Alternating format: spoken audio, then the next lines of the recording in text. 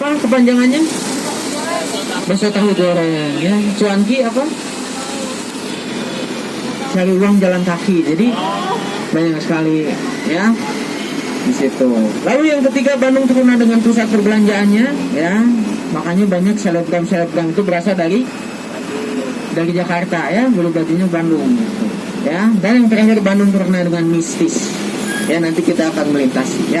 Tapi bisa dilihat dulu sebelah kanan, ini ada yang tahu apa dulunya? Dulunya apa? Dulunya apa? Penjara ya, karena baca ya.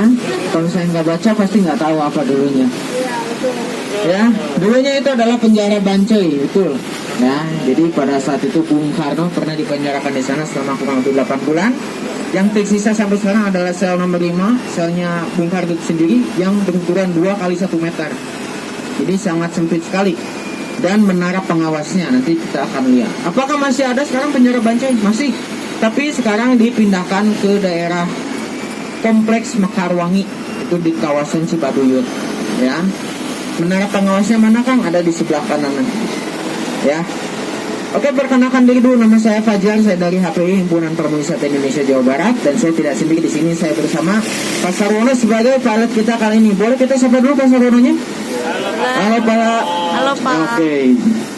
Nah, ini di juga sebelah kanan bisa dilihat, ini salah satu masjid yang menyerupai kelenteng di kota Bandung, yaitu Masjid Al-Imtizaj. Jadi Al-Imtizaj itu artinya adalah pembauran. Jadi dulu ada jalan ABC di sini. ABC itu singkatan ya, kepanjangannya adalah Arab Bumi Putra Cina. Karena dulu ada sebuah perkumpulan atau perkampungan ya, Tagaliwota. Itu ada 3 etnis Arab, etnis Indonesia, dan etnis Cina. Nah, memang kebanyakan orang-orang Cina yang bergaul dengan orang Arab yang mayoritas Muslim kepada masuk Islam di situ. Ya, tadi kita baru saja melintasi Sungai Cikapundung, sungai terpanjang di dunia.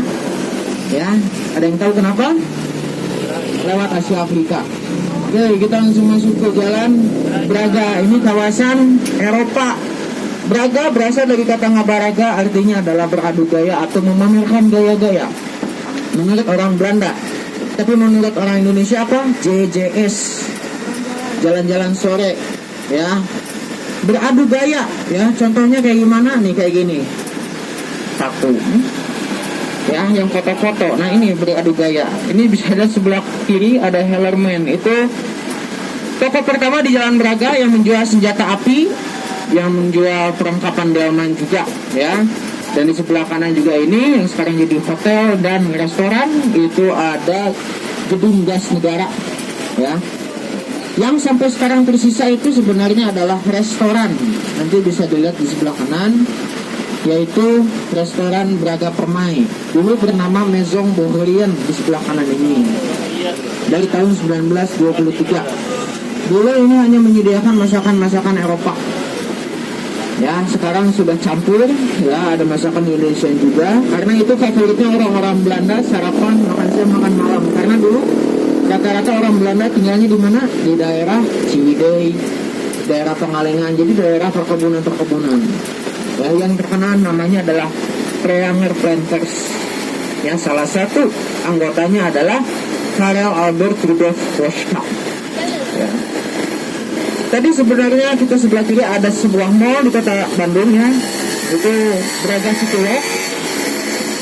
Jadi Braga City Walk dulunya adalah sebuah bengkel mobil terbesar se Asia Tenggara, namanya Auto Handel Fung and Grants, yang menyatu dengan ini Hotel Aston ya. Yang di sini Hotel Aston sama Hotel Faith.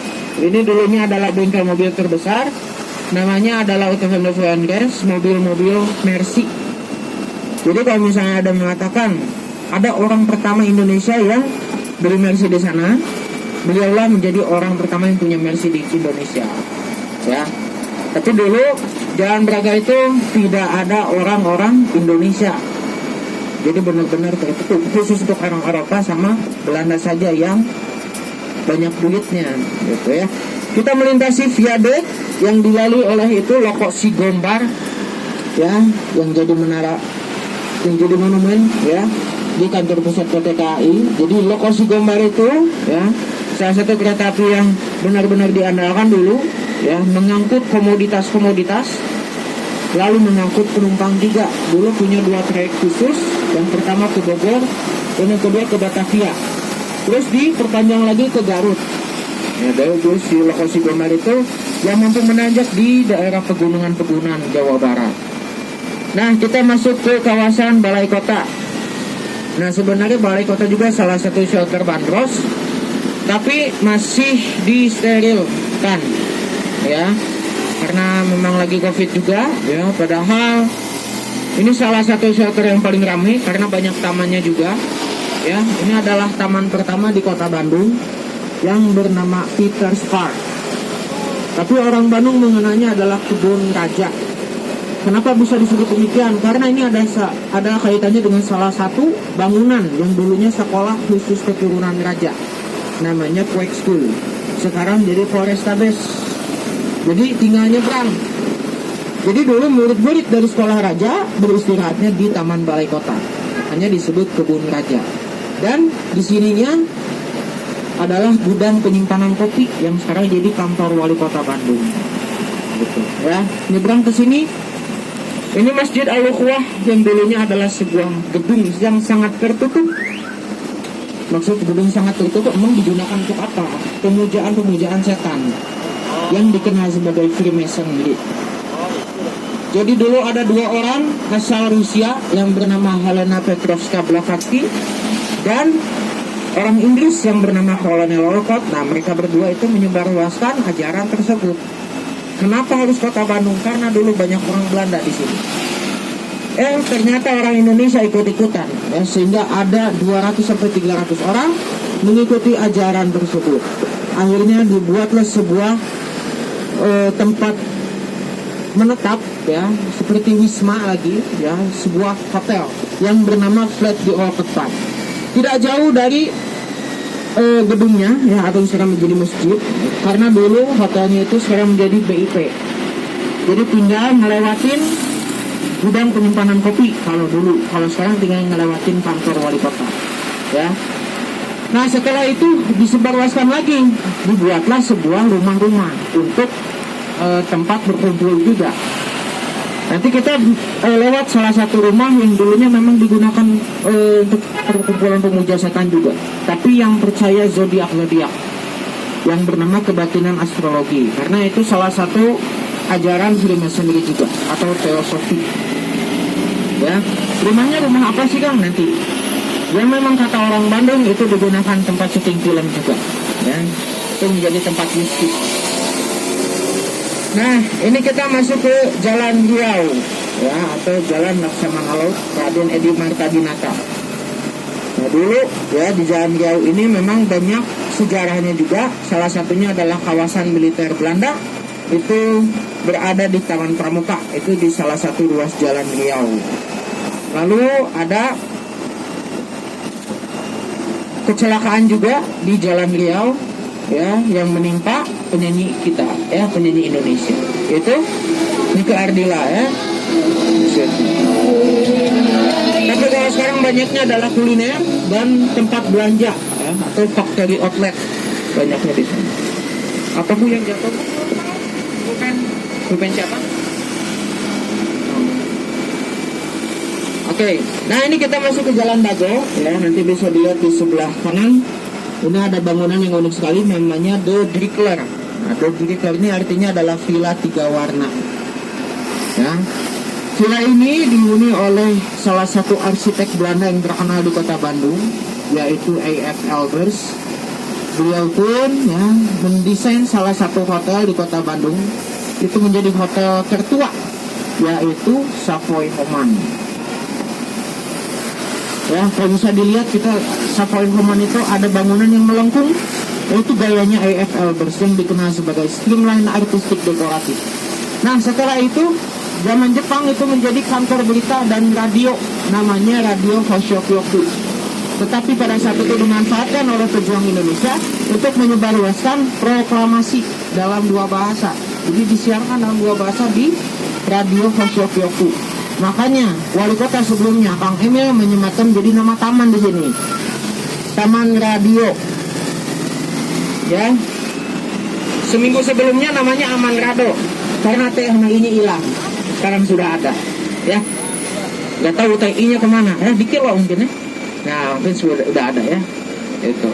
Jadi kalau misalnya dilihat di Bandung ini banyak taman-tamannya, betul. Dari dulu sebenarnya, ya. Dari dulu sudah memiliki taman-taman, tapi sekarang sudah dikembangkan lagi, sudah diberi nama, ya, sudah bertema semua, ya, bahkan ada taman jomblo. Bandung banyak ya, seperti itu. Nah Kang, Jalan Dago ini memang awal mulanya seperti apa? Yang dulunya ini hanya sebuah hutan belantara, sekarang udah ramai. Bahkan CFD di kota Bandung itu di daerah Dago, ya.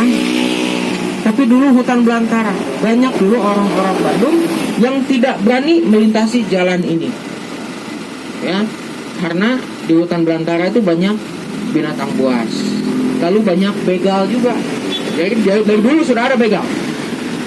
Nah pada saat itu sebagian masyarakat Bandung tinggalnya di Dago atas, dan mereka mata pencahariannya adalah berdagang.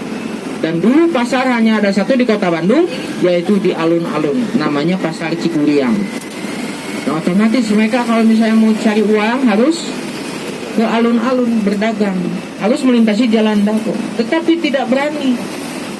Jadi harus ramai-ramai, harus bareng-bareng. Nah gimana caranya bareng-bareng? Dulu nggak ada WA, SMS apalagi, ya. Jadi dulu saling menunggu satu sama lain dengan mengatakan dagoan orang di dia, yang artinya adalah tungguin saya di sini. Jadi dago itu artinya adalah menunggu. Itulah makanya dinamakanlah Jalan Dago, karena Dago itu sudah ditetapkan pada zaman Belanda, seperti itu ya. Nah ini kita sudah masuki jalan Diponegoro, diambil dari nama pahlawan